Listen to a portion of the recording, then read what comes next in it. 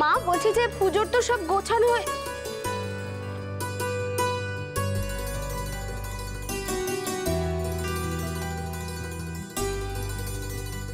মা বলছি এদিকে তো সব বলবি পরে, আগে এদিকে দেখ। হ্যাঁ প্রদীপ জ্বলছে, এতে কি দেখবো? আরে বাবা 14 প্রদীপ জ্বলছে, আজকে ভূত চতুর্দশী না। মা আচ্ছা প্রতি বছরই তো এটা হয়, এতে নতুন কি আছে বলো তো? নতুন আছে রে, এবছরে সবকিছু অন্যরকম, বুঝতে পারছিস না? এই সমস্ত প্রদীপের থেকে সুখ চুইয়ে চুইয়ে পড়ছে। কতদিন পরে বাড়িতে আবার একটু আনন্দ, সবাই হাসছে, হই হই করছে। এখনো তো কিছুই আরম্ভ হয়নি। আমি আর বাবা যা বাজি স্টক করেছি না, যখন ফাটাবো তখন দেখবে শুধু একদম।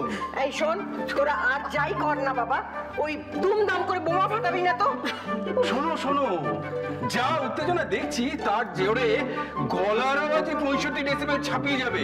বোমা ফাটাতে হবে না। ভালো লাগে না আমার এগুলো একদম। আচ্ছা ঠিক আছে, যা করেছিস করেছিস, চাঁচল পোড়াবার ব্যবস্থা করেছিস? হ্যাঁ মা, চাঁচর বাজি সব পোড়ানোর ব্যবস্থা হয়ে রয়েছে। সবাই এলেই আমরা বাইরে বেরোবো। মা, এই ভূত চতুর্দশীতে ওরা যা ভূতের নাচ নাচবে না, কোনো ভূত এই দিগরে টিকতে পারবে না। আচ্ছা, আই হ্যাভ আ কোয়েশ্চেন। না মানে এই ভূত চতুর্দশীতে এই যে 14 শাক 14 প্রদীপ, এইগুলো না জিনিসটিকে আমি বুঝতে পারছি না, মানে কেন বলো তো? আরে লাগছে, আমি একটা সিঙ্গেল কোশ্চেন করলাম। আচ্ছা তুই কি নতুন দেখছিস এসব? প্রত্যেক বছর একই জিনিস কেন জিজ্ঞেস করিস? আরে জিজ্ঞেস করছি কারণ ওই 14 শাক ব্যাপারটা বাদ দিয়ে বাকি সব কিন্তু বেশ ইন্টারেস্টিং, কিন্তু কেন, মানে কি লাভ হয়? লাভ কি হয় সেটা কেউ জানে না কর্তামশাই, কিন্তু এর বহুদিন ধরে এই প্রথাটা চলে আসছে। আসলে বলা হয় যে এইগুলোর সঙ্গে সঙ্গে সমস্ত অশুভ শক্তির বিনাশ হয়। এই যে চাঁচরের সঙ্গে যা কিছু অশুভ সব পুড়িয়ে ছাই করে দেওয়া হয়, তারপর দীপাবলির নতুন আলোয় নতুন শুভর শুরু হয়। সত্যি মা, অনেক খারাপের পর এই আলোর দিন, এই দীপাবলি আমার সারা জীবন মনে থাকবে।